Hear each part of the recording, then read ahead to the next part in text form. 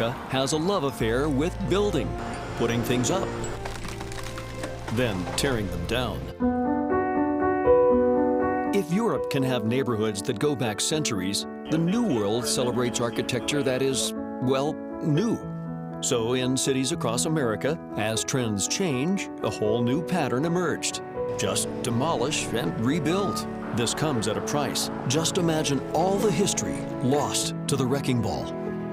In city after city, classic old buildings and homes were scraped away. As suburban sprawl spread, freeways covered over neighborhoods, and new replaced old. From Baltimore Harbor, from South Water Street in Chicago, on the hills of Pittsburgh, to the streets of San Francisco, nothing was sacred.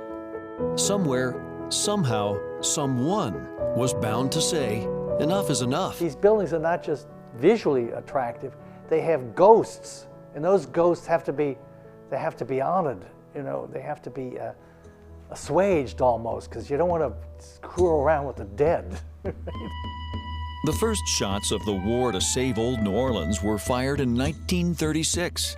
Elizabeth Wehrlein was from Michigan, but she knew a special place that had to be saved when she saw it. In the streets of New Orleans' French Quarter that dates back to the early 1700s, she found a classic old European city in the heart of America. Gaslights, intricate ironwork, tall French windows, walls of ancient brick loaded with personality.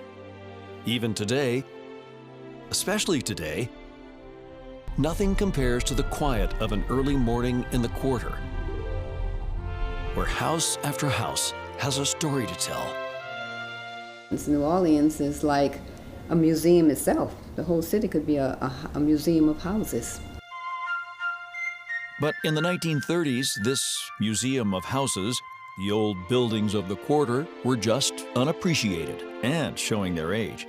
The wrecking ball could not be far away. And then Elizabeth Wehrlein went to City Hall. I married a local and fell in love with the city. So she went to Mayor Maestri. She walked into his office and she says, "Don't you get up when a lady walks in your office." She put him on the defensive immediately. Love it. And he said, "Anything, I'll do anything. What is it, Miss Wehrlein? I'll do it." She said, "You and I, Mr. Mayor, are going to save the French Quarter." Well, how are we going to do that? You and I are going to go to Baton Rouge, and we are going to get the state to create a local historic district. Suddenly, these old buildings could not be torn down. It's been preserved. You can't touch any of it that's here anymore. So all of it has to remain as is. It's old, and it's just very cool.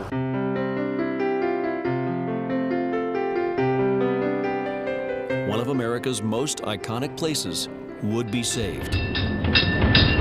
2,000 miles away, the preservation fever was spreading.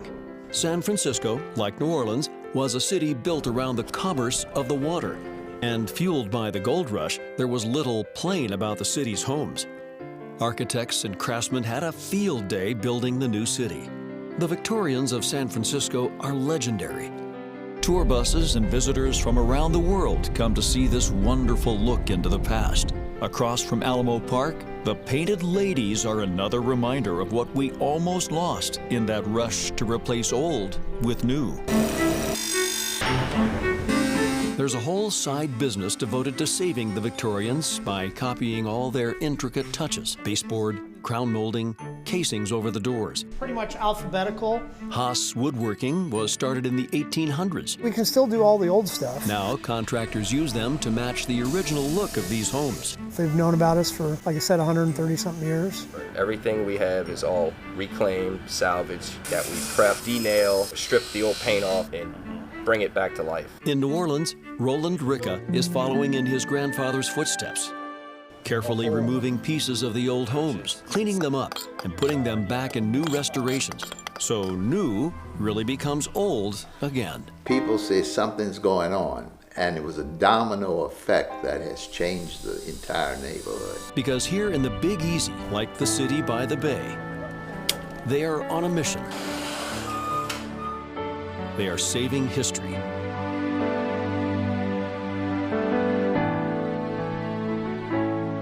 Saving the grand old buildings of our past.